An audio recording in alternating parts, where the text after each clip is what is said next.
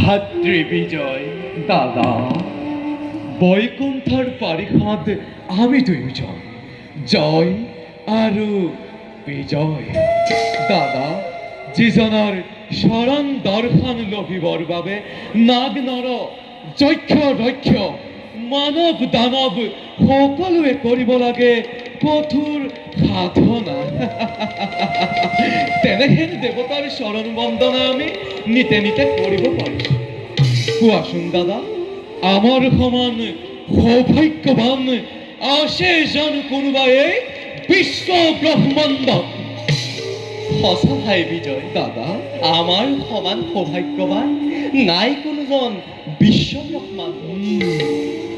তথাপিও কোৱা দাদা, মৌন হৈ ৰলা কিয় দাদা? কিবা হেতু দেখো আজি তব এই বিষাদিত মন। ভাই বিজয় দাদা, পৰা নাই বুজিব একোকে মই। দাদা, কিয় মন মোৰ আজি হৈছে চঞ্চল।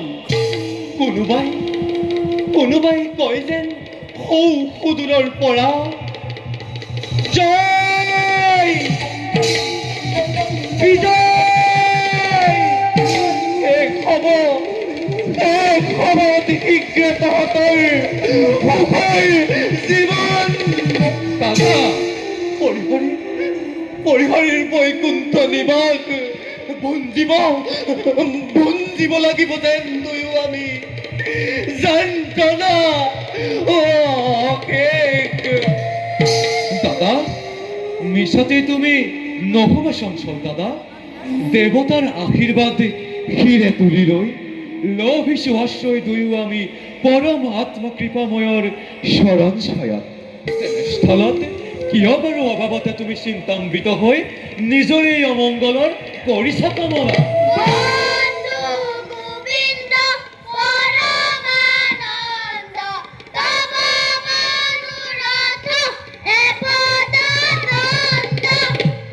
দাদা, দাদা, কোনোবাই সমস্যৰে সুমধুৰ হৰিনাম গাই এইফালে আহে আগুৱাই। যেই কি নহওক নোৱাৰে লভিব এনে হৰিৰ দৰ্শন।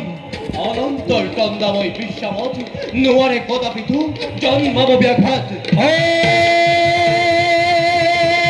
হৰি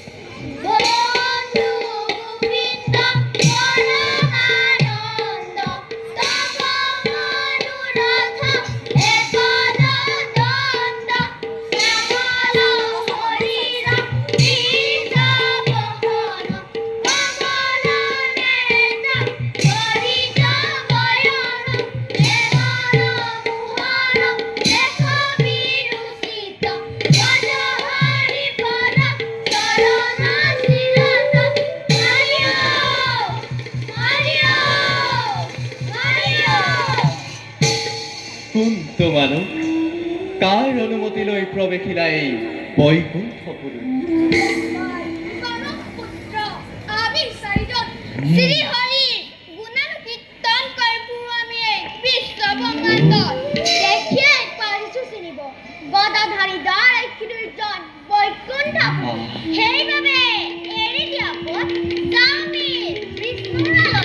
অনুমতি নাপালে প্ৰভুৰ নোৱাৰিম মেলিব পথ ইমান সহজে।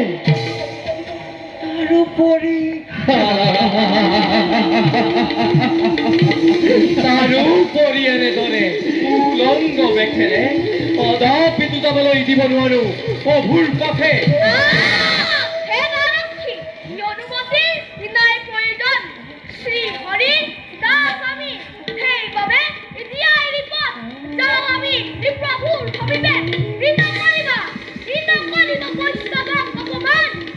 বৈষ্ণৱ দাদা, বৈষ্ণৱ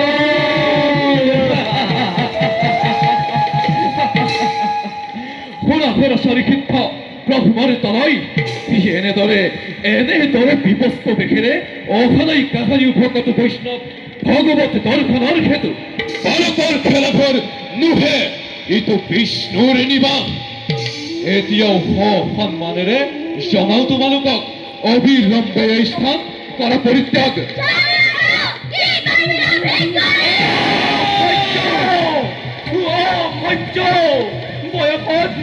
বয়সত বালক যদিও অতিকে ধুৰন্ধৰেই মৰ্মৰ্দন